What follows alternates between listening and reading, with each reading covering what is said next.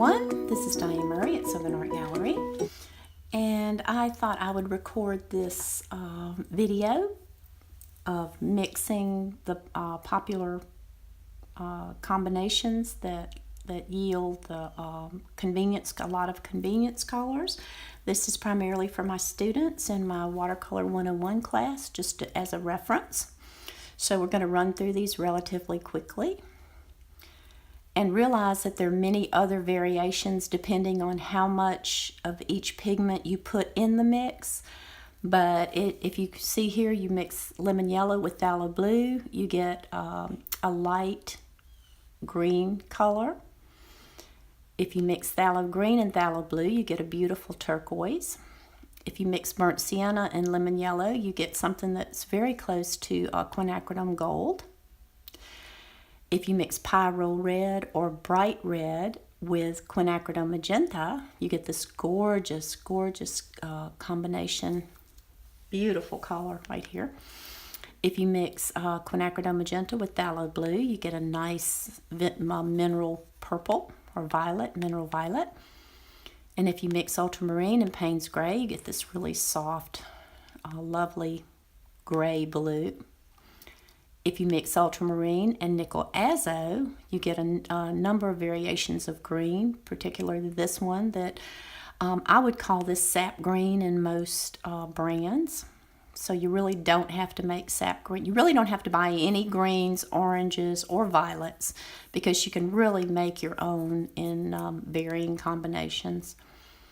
Unless you just use a lot of the color and you want to have it as a convenience on your palette.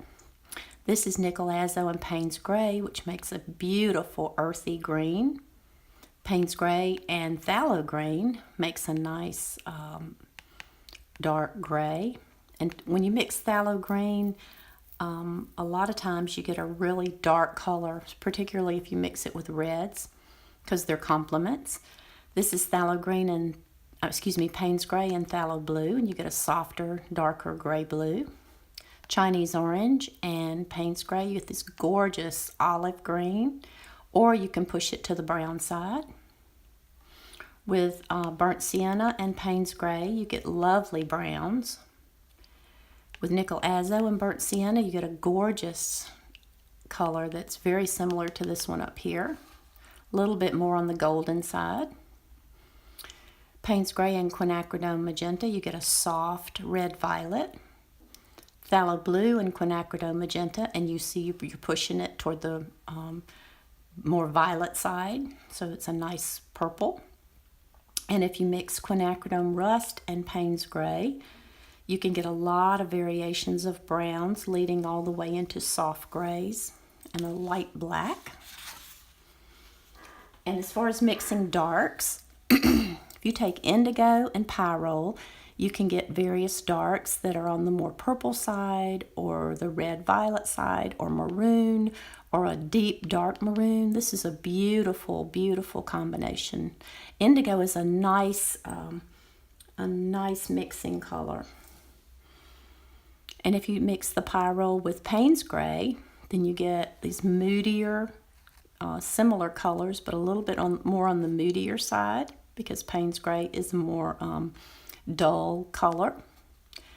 And then the most famous combination is burnt sienna and ultramarine, and you can go all the way from browns into grays into different browns and all the way to black, close to black. I haven't been able to push it all the way to black, but you can get close. Turquoise and quinacridone magenta gives you these gorgeous odd colors that the magenta kind of granulates a little bit and just makes beautiful luminescent violets.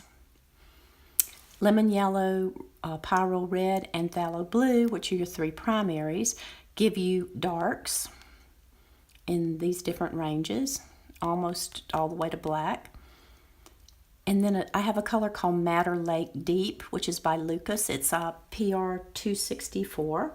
If you mix that, which is a really dark red, with a turquoise, you get these incredibly beautiful darks. So this is a really nice combination. If you take phthalo green and pyrrole, you can really see that you get these nice grays leading into black. You can also get maroons. This is neutral tint and yellow, which are near complements, and you can get a kind of a neutral gray. This is burnt sienna and phthalo blue, and you can see you get some gorgeous, gorgeous greens and browns. This is I took phthalo green and pyrrole, and I added Payne's gray to it to get an even darker color here. This is Prussian blue and transparent pyrrole orange, which makes some interesting grayed out greens and browns. This is quinacridone rust and Payne's gray, which give us these deep earthy browns on the warm side, and the green.